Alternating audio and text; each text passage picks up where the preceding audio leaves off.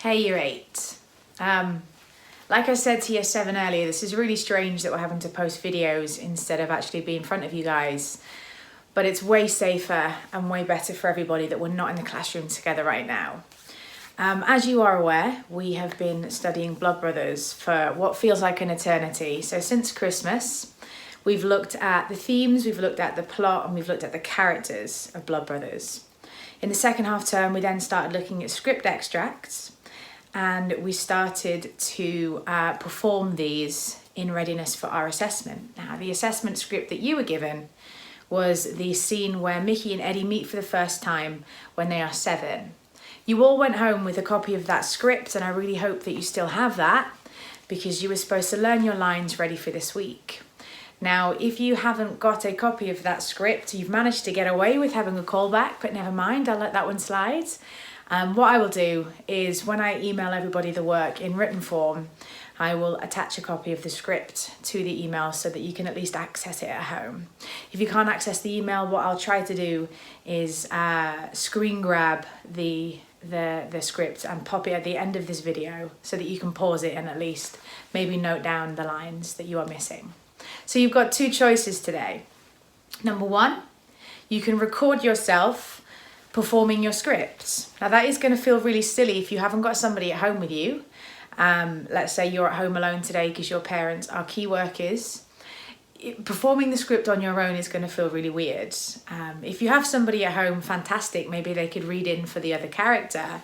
But if it is just you, I want you to record yourself saying just the lines of your character in order. Okay, I'll have the script with me anyway, so I'll know to read in my head with the character that you're not playing. So the character that you are playing, I want you to perform all of their lines in order of how they appear in the script.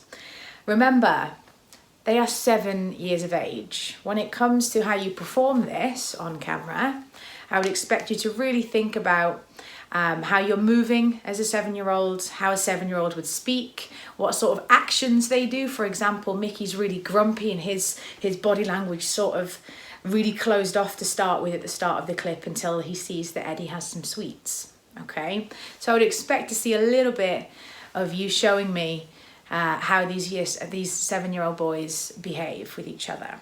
Okay, they're not 13 like you, they are 7. How were you when you were 7? Think back and try to sort of emulate that a little bit.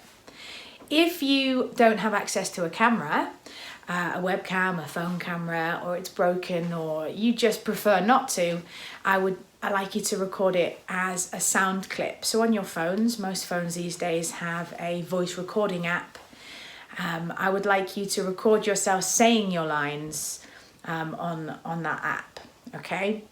And then find a way of sending that to me. What I'm going to do is in the description for the video, I'll pop email addresses and YouTube links and Instagram links, etc. And whatever platform you prefer to send me things on, find the link and get it sent over to me so I can listen to it and or watch it. So that was your first option, okay? Making the recording. The second option is this. I would like you to write an alternative ending for Blood Brothers. We know at the end of the play, because we've studied it already, that Mickey finds out about Eddie and Linda having the affair. He storms Eddie's council office and unfortunately ends up shooting him dead. And then the police come in and shoot Mickey. What if that hadn't happened? What if he storms into the offices and it ends differently? Do they work it out? Do they figure out a way of moving forward and being in each other's lives as brothers? Do they even learn that they're related? It is completely up to you, but I want you to consider the fact that Mickey and Eddie are still very, very different people. The way that you write Mickey needs to be appropriate to the rest of the play, and the way that you write Eddie needs to be appropriate to the rest of the play. I do not want you to use bad language, despite what we've already seen in the play, but for the purposes of this script, I don't want you to include that, please. It's not really that appropriate. I want you to really consider how would things change if they had not died at the end of that play, okay? So your alternative ending can be either typed directly into a reply to the email that I'm going to send the work through on, or you can type it up in something like Word and send that on to me, to my email address as well. And if you really, really want to, you can perform the scene if you have somebody at home that you can perform it with. Even if you don't, I think it'd be fantastic if you did it on your own. I'm stuck here in quarantine going crazy. Having your video clips would be very, very entertaining to me to no end, I'm sure. And just like I did with year 7, I would like you to think of something just before we go. We're all stuck inside today. Our usual routine is completely thrown off, and people are going to struggle. What I've asked year 7 to think about is what I'm going to ask you to think about now. When I post this video, what I'd like you to do is comment with 3 things that you are doing to stay busy. What are you doing to keep on top of your mental health and your physical health in this extended period of us not being in our usual routine, not being able to leave the house in some cases?